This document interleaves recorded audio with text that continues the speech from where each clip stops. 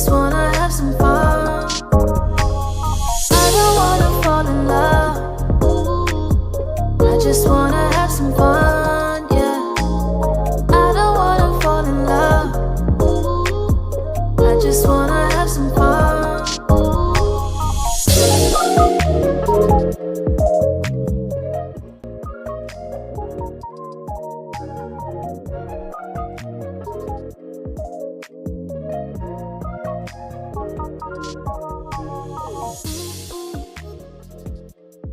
Dan sebelum saya memaparkan materi, alangkah lebih baiknya untuk mencairkan suasana. Tepuk satu, tepuk satu, tepuk dua, tepuk dua, tepuk tiga, tepuk empat. I don't wanna fall in love. I just wanna have some fun. Bagaimana yang dilihat ini merupakan aksi nyata modul 1.4, yaitu diseminasi mengenai budaya positif, ya. Nah, jadi esensi nate Bapak Sareng Ibu saatos ngiringan pendidikan teh kedah leres-leres cenah urang teh diterapkeun dalam bentuk aksi nyata. Kita sebagai calon guru penggerak harus bisa menggerakkan, memberikan informasi, memberikan dorongan, memberikan motivasi kepada rekan-rekan yang lainnya juga. Perkenankan saya untuk menyampaikan mengenai budaya positif. Oke. Sebelum kita mulai, Bapak dan Ibu, kita buat kesepakatan kelas dulu ya dalam forum diseminasi ini. Yang pertama, ini boleh Bapak dan Ibu mengajukan barangkali apa yang saya sampaikan dalam kegiatan ini tidak disetujui oleh Bapak dan Ibu, nanti kita bisa merubahnya. Ya, sepakat Bapak dan Ibu untuk ini? Baik. Ada tambahan barangkali? Cukup? Untuk budaya positif, Bapak dan Ibu, seorang guru yang baik ini harus memiliki kemampuan dalam mewujudkan budaya positif di sekolah.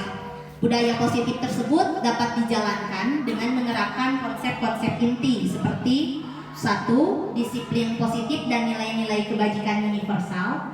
2. Teori motivasi, hukuman dan penghargaan serta restitusi.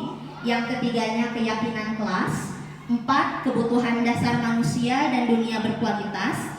5. Restitusi dalam 5 posisi kontrol. Dan yang keenamnya segitiga restitusi. Sebelum saya memasuki materi mengenai disiplin positif, barangkali Bapak dan Ibu di sini ada yang sudah tahu apa itu disiplin positif, ataupun menurut saya disiplin positif ini seperti ini. Silakan Bapak dan Ibu, ada yang ingin memberikan tanggapan? Ya, mungkin yang dinamakan dengan disiplin positif itu segala sesuatu yang berhubungan dengan tata tertib atau aturan yang diberlakukan di sekolah dengan berdasarkan pada kebenaran yang hakiki. Kebenaran yang hakiki itu tidak merampas hak anak, tidak merampas istilahnya itu kebebasan anak. Gitu. Jadi memperhatikan ke situ sesuai dengan istilahnya tujuan pendidikan nasional itu untuk mencerdaskan, bukan mencerdaskan hanya saja pikiran saja, tapi kebebasan anak pun juga diperhatikan. Jadi seperti itu mungkin. Bapak dan Ibu, yang dimaksud dengan disiplin positif ini merupakan upaya pengembangan pendidikan karakter yang menuntun siswa agar bisa mengontrol diri dan memilih tindakan yang mengacu pada nilai-nilai kebajikan yang mereka hargai. Tadi disampaikan pula oleh Pak Rusli bahwa disiplin positif itu mengajarkan kebaikan. Benar kan Pak? Nah iya, di sini ya. Pada nilai-nilai kebajikan yang mereka hargai agar tercapai tujuan mulia yang mereka inginkan. Ya. Kemudian disiplin positif ini merupakan unsur utama dalam mewujudkan budaya positif di lingkungan sekolah. Adapun untuk tujuannya, menanamkan motivasi intrinsik, ya. Motivasi sebagaimana kita ketahui ada 2 motivasi Bapak dan Ibu. Yang pertama motivasi intrinsik. Kemudian yang kedua adalah motivasi ekstrinsik. Kalau motivasi intrinsik itu berasal dari dalam diri siswa, sedangkan motivasi ekstrinsik itu berasal dari luar, ya. Dorongan dari luar. Nah, ini untuk tujuannya menanamkan motivasi intrinsik pada siswa untuk menjadi orang yang mereka inginkan dan menghargai diri sendiri dengan nilai-nilai yang mereka percaya. Disiplin diri dapat membuat murid memahami dan menyadari berdasarkan motivasi internal, bukan akibat paksaan, bukan akibat pujian atau hukuman. Jadi disiplin itu harus berasal dari dirinya sendiri, dari dalam diri siswa. Ada motivasi intrinsiknya, bukan karena motivasi ekstrinsik. Karena anak takut dihukum, karena anak takut dipaksa, ataupun karena dia ingin mendapatkan penghargaan, karena dia ingin dipuji, bukan karena seperti itu. Untuk pujian dan penghargaan itu termasuk yang bagus, tapi yang lebih bagusnya adalah ketika motivasi itu muncul dalam dirinya. Jadi tos gaduh kasadarannya lira gitu kan ya, tos punya keyakinan sendiri bahwa oh ini teh harus seperti ini. Salah satu contohnya Bapak dan Ibu, ketika kita mau makan biasanya apa yang kita lakukan? Nah, mencuci tangan. Kenapa Pak kita harus mencuci tangan dulu? Karena makan pakai tangan, jadi tangan kita harus bersih. Nah, itu adalah keyakinan dalam diri kita yang kita pegang teguh. Betul atau tidak Bapak dan Ibu? Nah, seperti itu. Itu adalah motivasi intrinsik kan. Tanpa orang lain menyatakan bahwa kita ketika makan harus mencuci tangan, kita sendiri mencuci tangan. Kita tahu tangan kita kotor, meskipun tadi kita tidak megang tangan, tidak megang apapun, tapi ketika makan kita ingin yang terbaik yang masuk ke dalam mulut kita. Kemudian pertanyaan yang kedua Bapak dan Ibu, kalau kita naik kendaraan, biasanya naik motor, apa yang kita gunakan? Helm. Yang ingin saya tanyakan, kenapa Bapak dan Ibu mau menggunakan helm? Nah, sieun teh dia tewak polisi, atau nabi ku masih teh ditilang, atau nabi untuk keselamatan. Nah, yang utama adalah itu kan. Meskipun tidak ada orang yang akan memberikan penilangan, menegur kita, tapi kita sadar bahwa keselamatan itu adalah utama sehingga kita mau menggunakan helm. Nah, itu yang disebut dengan motivasi intrinsik yang kita harapkan ada pada diri siswa kita. Jadi ulah kudu didorong-dorong gitu ya. Ulah siga padati, tapi kudu sajati. Ari padati mapan kudu didorong-dorong ya. Ari sajati mah sudah muncul dari dalam dirinya tanpa ada paksaan, tanpa ada dorongan dari yang lain. Lanjut, ini untuk manfaat disiplin positif.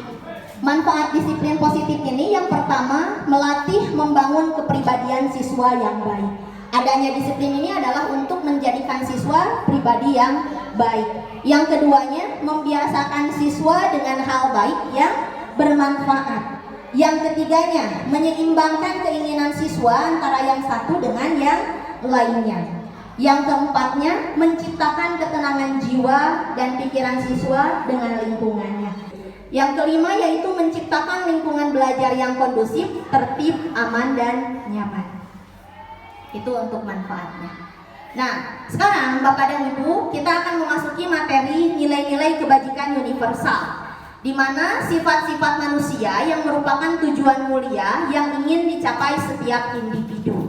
Ya, nilai-nilai kebajikan universal ini ada 7. Yang pertama empati, kemudian kedua suara hati, yang ketiganya adalah kontrol diri, keempat rasa hormat, 5 kebaikan, 6 toleransi, 7 keadilan. Nilai-nilai kebajikan ini Bapak dan Ibu sudah tercover dalam profil pelajar Pancasila. Yang pertama, beriman dan bertakwa kepada Tuhan Yang Maha Esa serta berakhlak mulia. Kemudian mandiri, bernalar kritis, kreatif, gotong royong, berkebinekaan global. Belajar Pancasila, beriman dan bertakwa pada Tuhan Yang Esa dan berakhlak mulia, berkebinekaan global, gotong royong, mandiri, kreatif. Jika kesemua ini ya dimensi profil pelajar Pancasila ini sudah terwujud, maka akan terwujudlah sekolah aman dan menyenangkan. Lanjut, bagaimana penerapannya? Nah, ini yang pertama, untuk mewujudkan disiplin positif ini, yang pertama melalui pembentukan motivasi intrinsik siswa. Sebagaimana tadi saya sampaikan bahwa motivasi intrinsik ini lebih penting daripada motivasi ekstrinsik. Kemudian yang kedua, ditegakkan tanpa memberikan ancaman, hukuman, dan penghargaan. Nah, Nanti akan kita bahas mengenai ancaman, hukuman, dan penghargaan nanti dalam restitusi. Kemudian bagaimana kita membuat keyakinan kelas nanti akan dibahas. Yang ketiga yaitu guru bersama-sama menyusun kesepakatan atau keyakinan kelas atau keyakinan sekolah lebih luasnya sebagai upaya untuk membentuk karakter positif. Dan yang keempatnya ditegakkan melalui menumbuhkan kesadaran diri atau motivasi intrinsik dalam membentuk karakter positif. Nah, selanjutnya Bapak dan Ibu, tadi disebut-sebut hantam motivasi ya, ada motivasi intrinsik, ada motivasi ekstrinsik. Nah, apa itu motivasi? Motivasi adalah keinginan diri yang mendorong seseorang untuk berusaha bertindak dalam rangka memenuhi kebutuhannya. Menurut Diane Gozen, ada 3 alasan motivasi manusia ya. Yang pertama, untuk menghindari ketidaknyamanan atau hukuman. Jadi tadi teh nu ekstrinsik teh gitu nya, untuk menghindari ketidaknyamanan lamun urang ngalaksanakeun kasalahan kena bakal dihukum, kena bakal jadi henteu nyaman, teh itu motivasi. Kemudian yang kedua, untuk mendapatkan imbalan atau penghargaan dari orang lain. Nah, ini berarti ingin diberikan pujian, ingin diberikan penghargaan. Kemudian yang ketiganya, motivasinya itu untuk menjadi orang yang mereka inginkan dan menghargai diri sendiri dengan nilai-nilai yang mereka percaya. Jika tadinya Bapak Ibu, kenapa kita harus cuci tangan? Karena kita sadar, karena kita tahu bahwa mencuci tangan sebelum makan itu baik untuk kesehatan kita. Yaitu kan merupakan keyakinan yang ada pada diri kita yang kita percaya.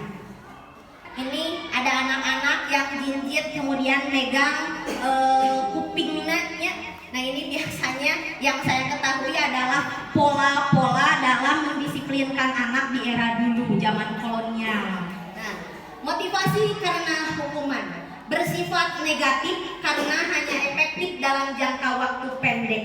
Dilakukan anak teh hari kawe, aku sabab sieun ku guru mah saya karek gitu kan. Tetapi dapat menimbulkan dampak negatif seperti rasa tersakiti, benci, dendam terhadap penghukumnya. Tibatan berdampak positif malah negatif yang ada di dalam memori anak ketika kita memberikan anak, mendisiplinkan anak dengan memberikan hukuman. Nah, seperti itu ya Bapak dan Ibu, kita mempermalukan anak dengan harus ke depan, sok di depan, angkat kaki nak, jewe kuping nak. Nah, seperti itu justru kita sedang mempermalukan anak, di mana di dalam memori anak tersebut akan tertanam bukan rasa takut gitu kan ya, bukan rasa takut dia akan melakukan kesalahan lagi, tapi takut karena ada gurunya. Selain daripada itu, dia juga akan memiliki rasa sakit yang berakhir atau berakibat dendam kepada si pemberi hukuman. Namun nanti juga kita akan tahu bahwa motivasi yang terdapat pada poin kedua itu tidak selamanya baik juga ya.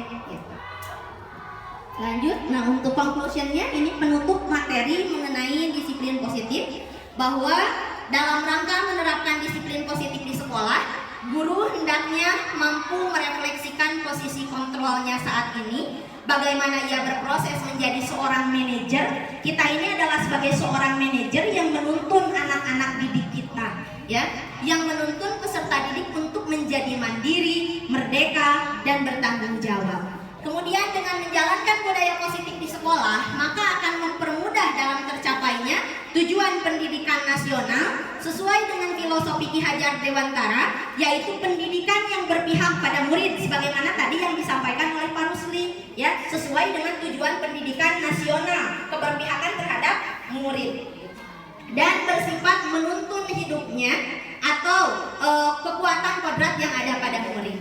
Budaya positif juga dapat terwujud jika seorang guru memiliki 5 nilai guru penggerak, diantaranya berpihak pada murid, mandiri, reflektif, kolaborasi, dan inovatif. Ini adalah nilai-nilai yang harus kita miliki sebagai guru. Berpihak pada murid, kita menghambakan diri kita kepada anak didik kita. Jadi dengan penuh keikhlasan, dengan segenap jiwa, Bapak dan Ibu, bahwa anak itu adalah di atas segala-galanya. Kita menghambakan diri, kita mengabdikan diri kepada mereka.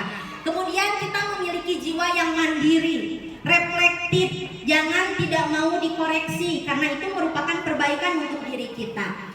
Terus kolaborasi, mau bekerja sama dengan rekan-rekan yang lain, ya, serta inovatif. Kita berpikirnya kreatif, inovatif, berpikir kritis sesuai dengan perkembangan zaman atau kodrat zaman. Kemudian guru juga harus memiliki peran sebagai penggerak dalam membangun budaya positif di lingkungannya. Salah satu perubahan yang diinginkan sesuai dengan visi guru penggerak adalah terbentuknya budaya positif agar diperoleh sekolah yang aman dan nyaman, berpihak pada murid untuk mewujudkan visi guru penggerak tersebut dengan pembuatan prakarsa perubahan sesuai dengan filosofi dan profil pelajar Pancasila. Itu adalah penutupnya, dan terima kasih. Keyakinan sekolah atau kelas. Apa itu keyakinan? Semua tahu ya keyakinan. Keyakinan itu kepercayaan. Keyakinan itu adalah nilai-nilai kebajikan universal. Semua tuh sama gitu, disamakan. Jadi agar adil di dalam kelas atau di sekolah tuh tidak ada yang membeda-bedakan suku, negara, bahasa maupun agama. Jadi ada kesetaraan dengan nilai kebajikan ini gitu. Keyakinan sekolah atau kelas ini guru berperan dalam terwujudnya keyakinan kelas gitu. Karena anak itu kan udah dituntun ya, kita menuntun, anak dituntun dan dibimbing. Ini menuntun itu lebih besar, lebih dalam lagi daripada membimbing gitu.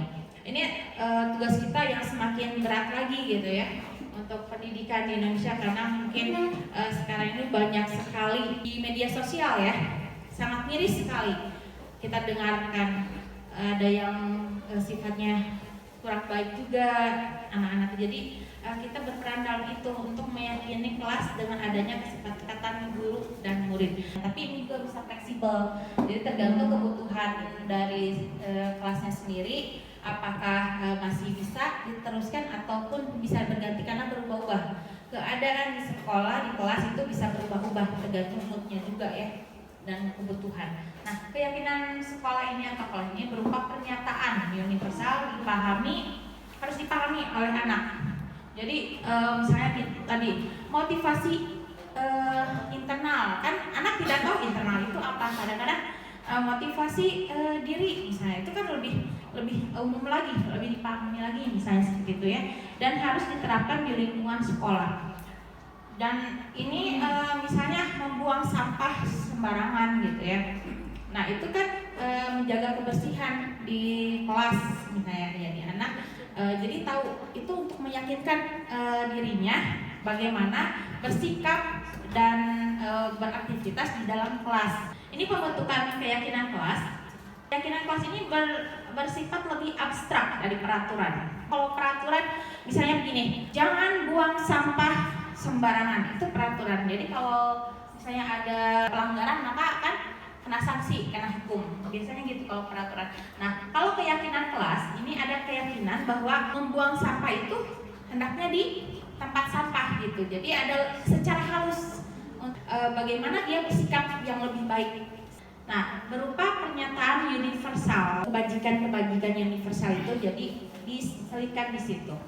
Tapi kalau curah pendapat, apa keinginan anak, nanti kita disepakati bersama gitu. Kemudian untuk tindak lanjutnya ada peninjauan kembali dari waktu ke waktu. Apakah keyakinan kelas itu ada perubahan gitu, atau bahkan tidak sama sekali gitu. Nanti dilihat tergantung dari kebutuhan kelasnya itu sendiri gitu. Sesuai juga dengan kesepakatan bersama dengan siswa. Ini prosedur pembentukan keyakinan sekolahnya atau kelasnya. Mempersilahkan keluarga sekolah, kalau sekolah ya, atau murid di kelas untuk curah pendapat tentang peraturan yang perlu disepakati. Ini seperti mudah, tetapi ya mudah-mudah sulit mudah gitu. Setelah dibuat, disepakati, maka diletakkan di dinding. Ini contoh keyakinan kelas, ada yang kelas 1 sama kelas 5. Setiap anggota perlu belajar. Nah ini kan perlu belajar, berarti tidak ada yang main-main maksudnya. Terus juga setiap kelas perlu senang, perlu melakukan tugas. Jadi kasarnya anak jangan main-main atau berlari-larian, tapi harus melaksanakan tugas selama ada tugas gitu, sesuai dengan instruksinya. Perlu saling menghargai satu sama lain dan merasa aman. Ini merasa aman itu penting gitu. Jadi kita menghindari pembulian ya. Aman ini tanggung jawab guru juga sih, agak berat ya, karena kita menghadapi anak lebih dari 20 gitu, dengan 20 karakter juga yang berbeda. dan juga kita harus menjadikan rasa aman buat mereka, rasa senang juga. Untuk kelas 5 nih kata-katanya lebih tinggi lagi. Kan tadi hampir sama ya, setiap anggota kelas bagaimana gitu. Nah, untuk keyakinan kelas 5 ini selalu bersikap positif. Apapun perbedaan kita harus dihargai gitu. Terus senantiasa diri terbaik. Nah, keyakinan kelas ini tidak terlepas dari kebutuhan dasar manusia. Kita butuh hidup ini ada kebutuhan. Ketika seorang anak melakukan suatu perbuatan bertentangan dengan nilai-nilai kebajikan atau melanggar peraturan, hal itu sebenarnya dikarenakan mereka gagal memenuhi kebutuhan dasar mereka. Jadi jangankan anak, sebetulnya semua pun sama. Nah, ini kebutuhan dasar manusia. Ada bertahan hidup, kasih sayang, rasa aman, kebebasan, kesenangan, dan penguasaan. Untuk kebutuhan bertahan hidup terbagi 3, ada fisiologis, biologis, dan psikologis. Nah, ini kebutuhan untuk diterima. Kebutuhan diterima ini akan kebutuhan koneksi dan sosial. Nah, ini anak kadang-kadang ada yang pendiam, sehingga ada yang overacting gitu ya. Kebutuhan untuk memberi dan menerima kasih sayang, biasanya ini ya, kalau kita kasusnya yang berumum ya, di sekolahan yang berumum biasanya ini lebih terlihat gitu. Terus kebutuhan untuk merasa bagian dari satu kelompok. Nah, ini peran guru juga penting. Terus ini keinginan untuk tetap berhubungan dengan orang lain. Ini jelas ada, walaupun orangnya pendiam, tetapi kadang-kadang ingin punya teman. Saya ingin punya teman gitu. Kemarin ya, pernah di kelas 4 saya tanya, apa keinginan kamu? Keyakinan kelas itu ya. Katanya, saya ingin ada teman Bu. Karena anak tersebut masih kurang dalam membaca seperti itu ya, masih perlu dibantu juga. Mungkin hal yang seperti itu anak-anak yang agak kurang juga kadang-kadang dijauhin sama teman-temannya atau tidak terlalu dirangkul gitu, sehingga dia butuh teman gitu. Nah, ini penguasaan itu bukan ingin saya berkuasa nih gitu, bukan jiger-jigeran ya, tetapi penguasaan itu adalah berhubungan dengan kekuatan untuk mencapai sesuatu. Keinginannya ingin dianggap berharga, terus bisa membuat perbedaan, membuat pencapaian, kompeten, diakui dan dihormati. Tapi kebebasan untuk kebutuhan akan pilihan gitu. Jadi kebutuhan akan kemandirian. Jadi anak tuh pingin dia bisa gitu, kreatif semacamnya gitu. Terus memiliki pilihan dan mampu mengendalikan arah hidup seseorang. Kebutuhan untuk merasa senang gitu. Kita enak kan kalau senang. Kebutuhan untuk mencari kesenangan, bermain dan tertawa itu ini penting. Terima kasih, mohon maaf ya kalau ini bukan maksud menggurui, tapi kita berbagi ya, sharing aja gitu. Tangan diputar-putar, peganglah lutut,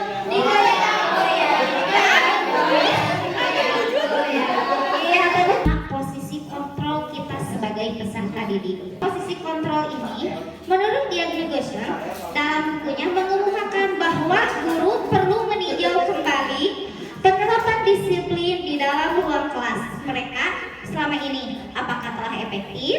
Apakah berpusat pada murid, memerdekakan dan memandirikan murid? Bagaimana dan mengapa? Melalui serangkaian riset dan berdasarkan pada teori kontrol, berkesimpulan ada 5 posisi kontrol yang diterapkan oleh seorang guru, orang tua maupun atasan dalam melakukan kontrol.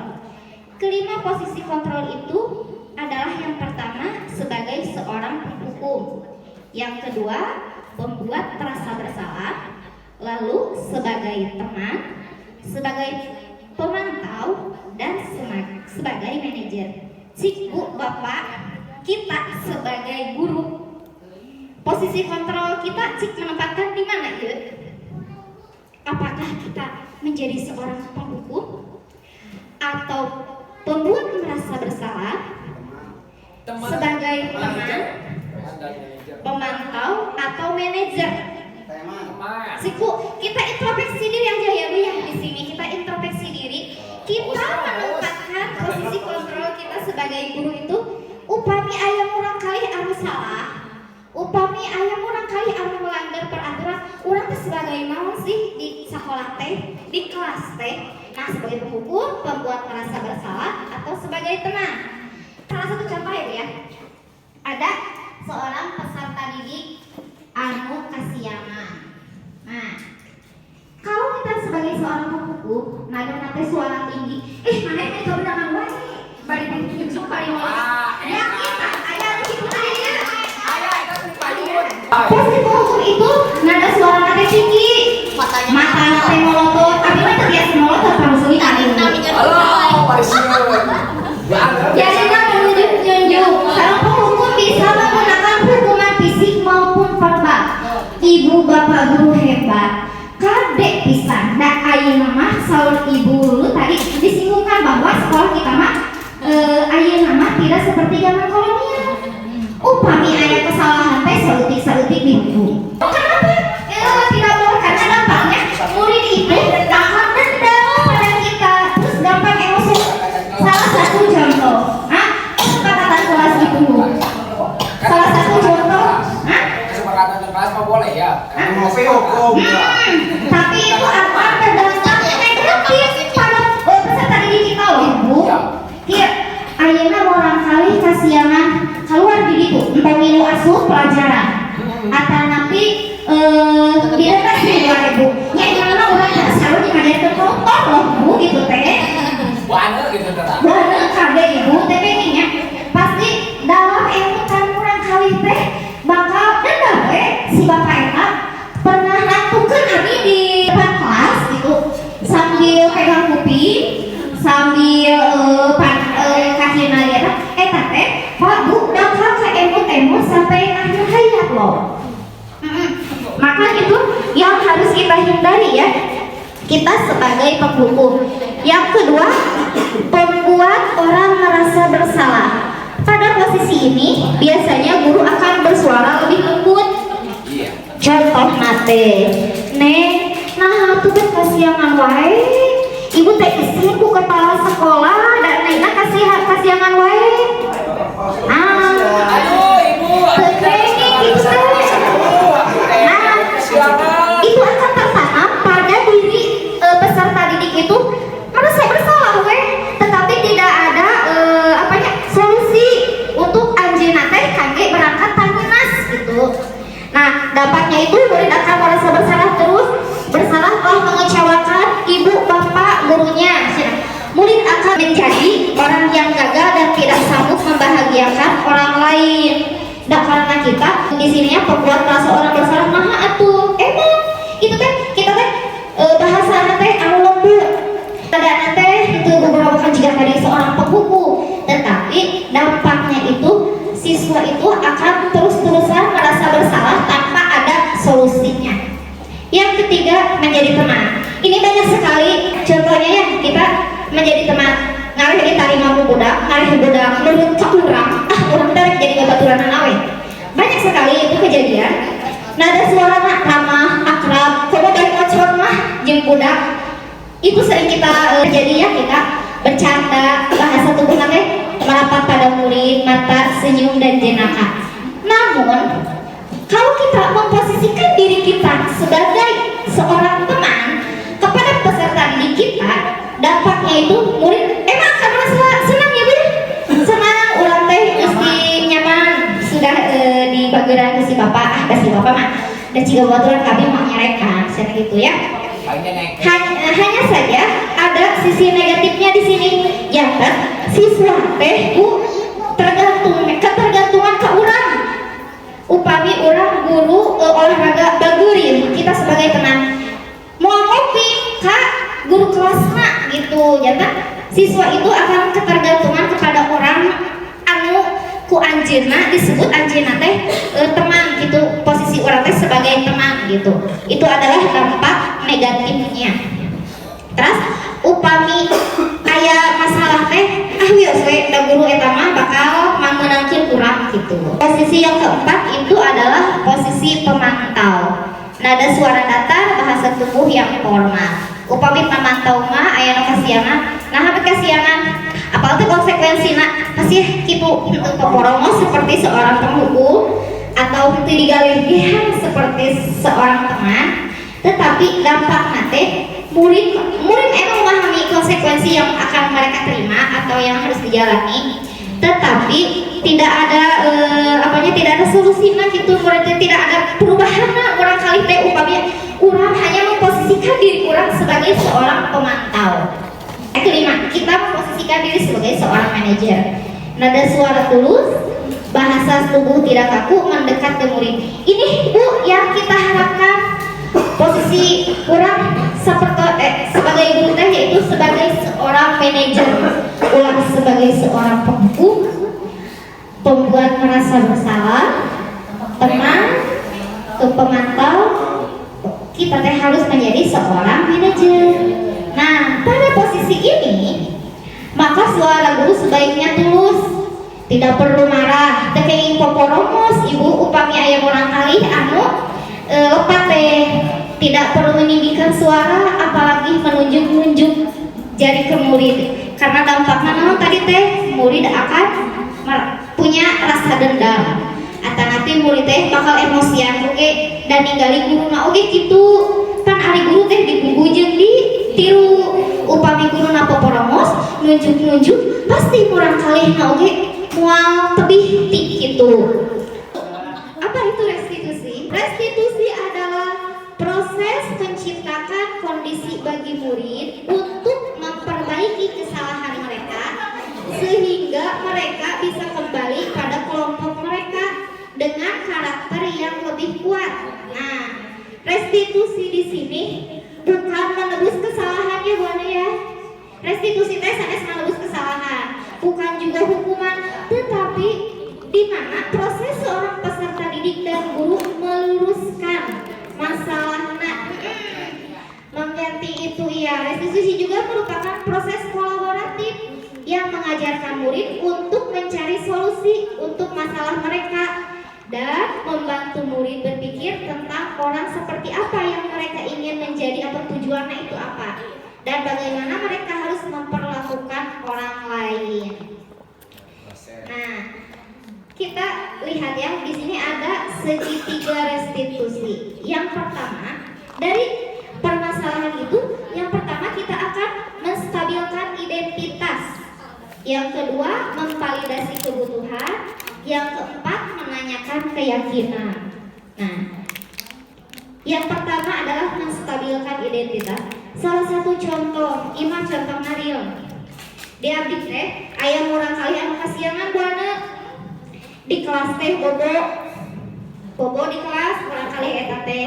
Setelah itu saya tidak memarahinya di depan teman-teman mereka, tetapi saya merestitusi anak tersebut dengan cara pada jam istirahat atau jam sepulang sekolah, anak tersebut saya ajak bicara di kantor atau di kelas setelah pulang sekolah.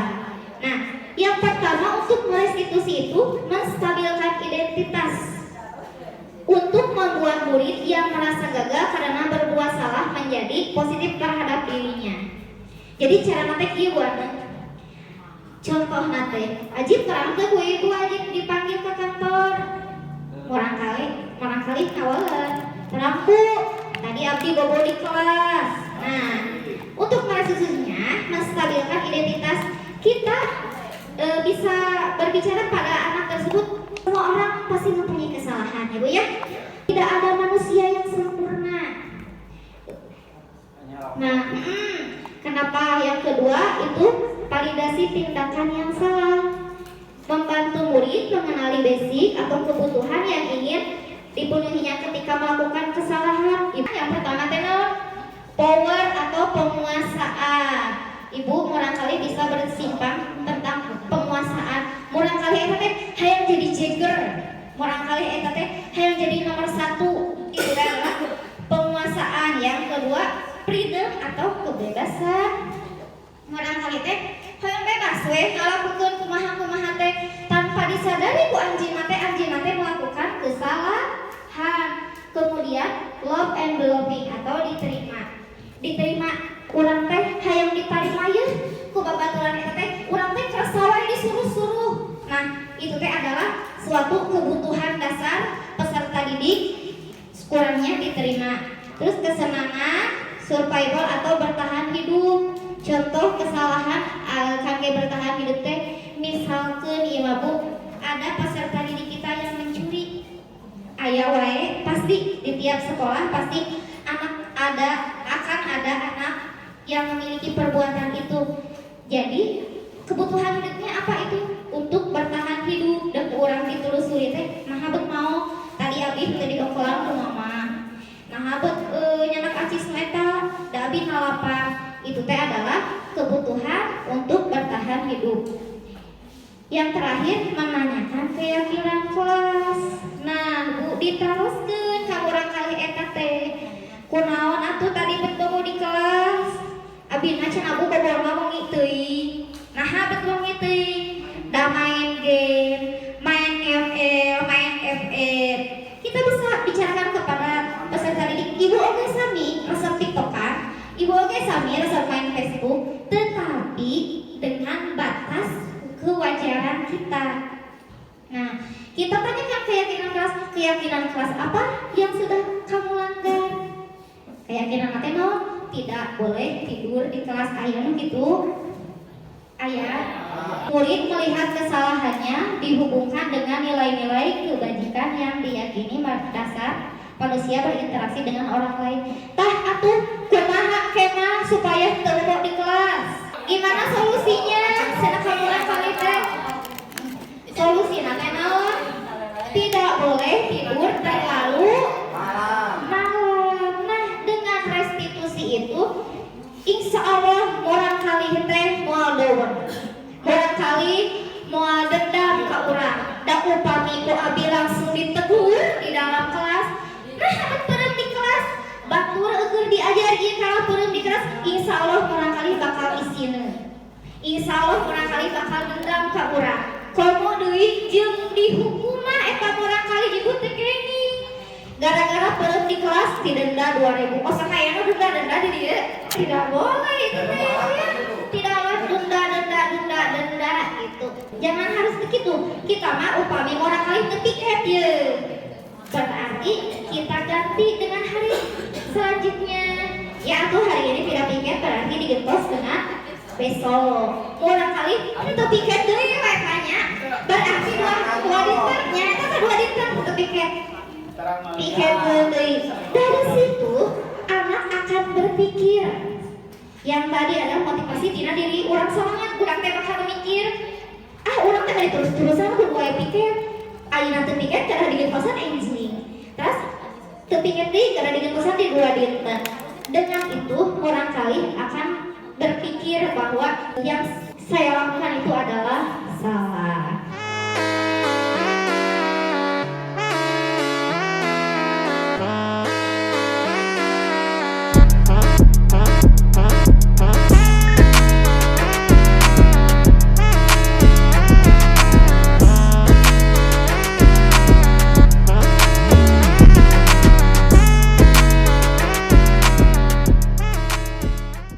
Sebagaimana tadi disampaikan oleh Bu Fiska, Ibu, lamun urang ninggal kesalahan budak terus urang langsung dihukuman, eta janten solusi henteu.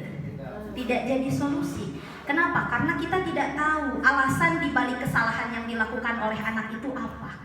Terus kita juga dengan melakukan restitusi ini tidak hanya berkonsentrasi pada persoalan atau permasalahan yang dilakukan oleh anak, melainkan konsentrasinya terhadap perbaikan yang akan dia lakukan.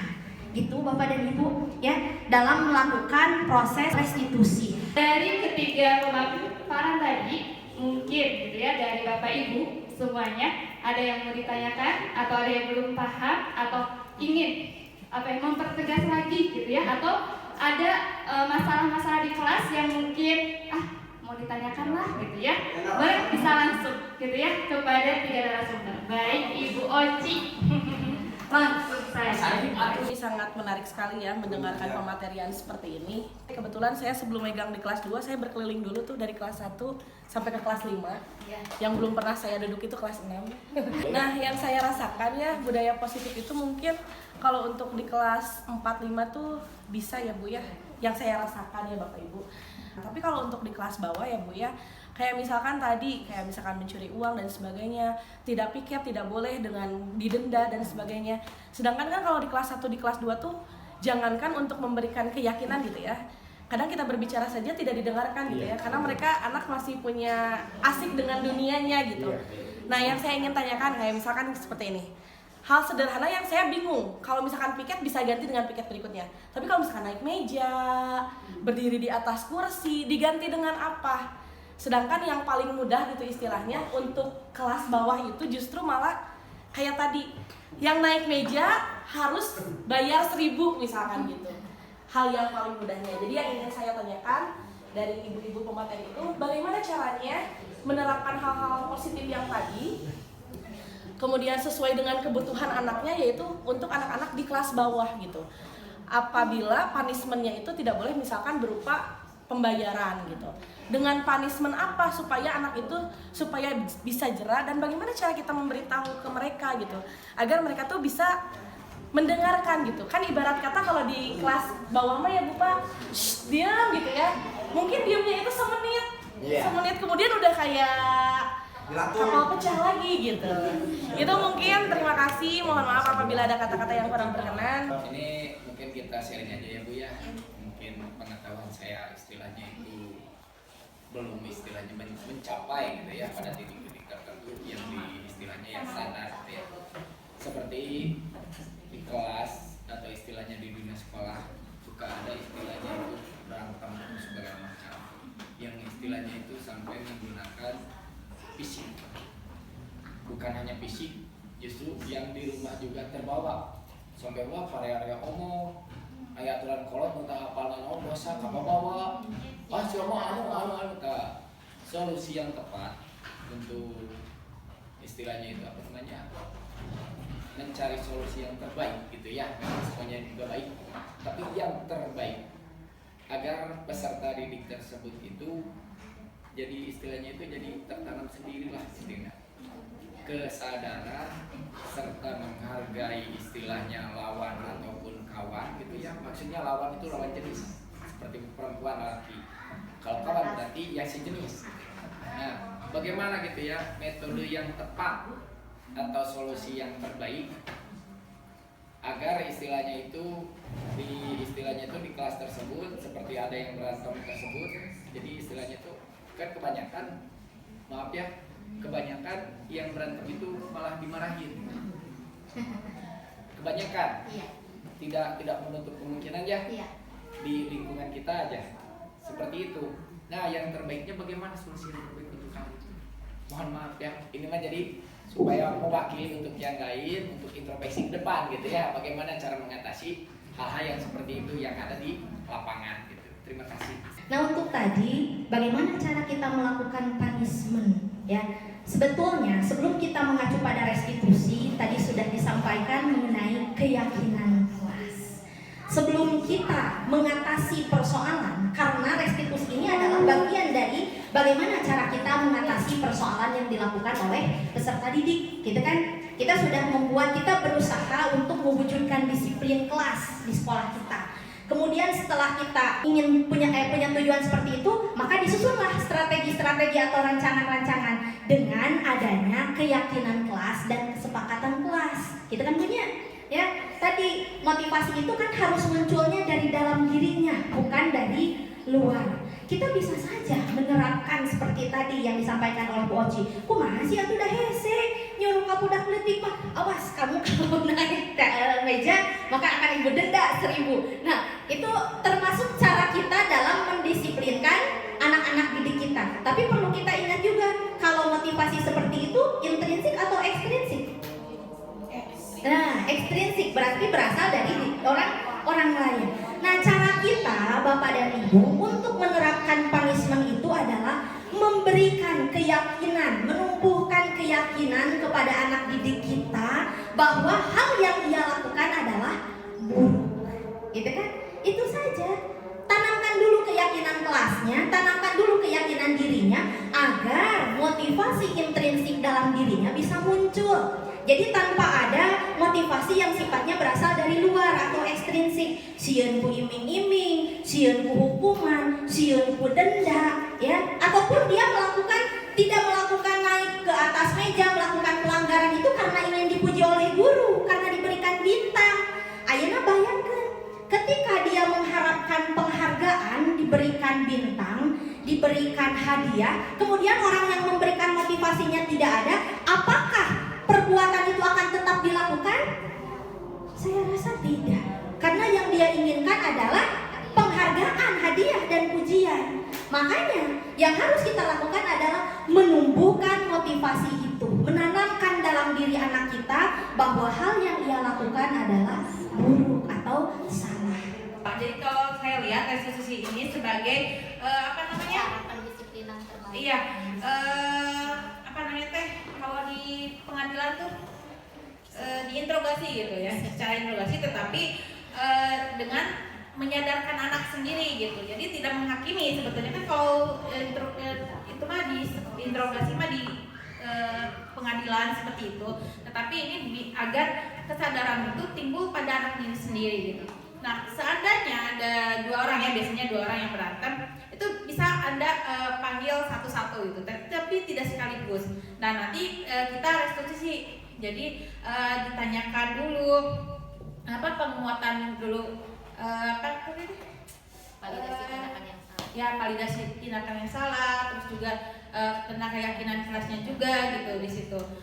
Nah, walaupun berantem sebetulnya anak itu sudah tahu itu salah gitu. Tetapi kan dengan emosinya kan, dengan kondisinya juga anak yang sedang tidak nyaman, maka itu timbul gitu perkelahian itu. Jadi kalau bisa satu-satu aja dulu anak tuh didekati gitu, terus ditanyakan dulu kenapa sampai seperti itu. Kalau bisa sampai anak tunggu anak tenang dulu gitu. Soalnya kan kalau nanti kondisinya lagi panas kan nanti kata sareng dulu oge gitu ya. Kalau anak paling enak katanya dirangkul gitu. Saya pernah ada guru yang udah pensiun sih sebetulnya ya. Jadi beliau itu bilang gini, kenapa anak-anak nurut? Soalnya saya suka belai rambutnya gitu. Dibelai-belai kan berarti ada kenyamanan, ada ketenangan anak. Nah seperti itu mungkin bisa dari kitanya juga membelai dulu gitu, terus bawa baru ajak bicara seperti itu. Dan juga diharapkan kitanya juga tenang gitu. Kan kita kadang-kadang terbawa emosi, pasti wae gitunya. Jadi ke bawah-bawah, nah itu terpancing juga gitu kitanya juga sama anak. Nah mungkin itu pendapat saya gitu. Karena memang untuk di kelas itu kan anak banyak gitu ya. Jangankan 1-2 orang anak, sekian banyak anak gitu ya. Anak kita sendiri kadang-kadang kesalnya gitu ya, susah untuk diajakin diskusi gitu. Jadi mungkin perlahan-lahan aja dulu gitu. Tadi tos disampaikan Bu Pak Rusli dengan berbagai permasalahan pangintennya, Bu Lulu matanya Pak Rusli ngiringan gerak di guru penggerak banyak sekali ilmu anu didapatkan anu tadi nak panginten di abdi oge terterang nih abdi teh geuningan ternyata guru teh sebagai penghukum Bu Lulu nya ai tos ngenal di guru penggerak mah sakadik-sakadik lah panginten merubah diri. Jantan tadi saur Bu Lulu cenah di guru penggerak teh naon atunya ieu teh bakal jantan kumaha?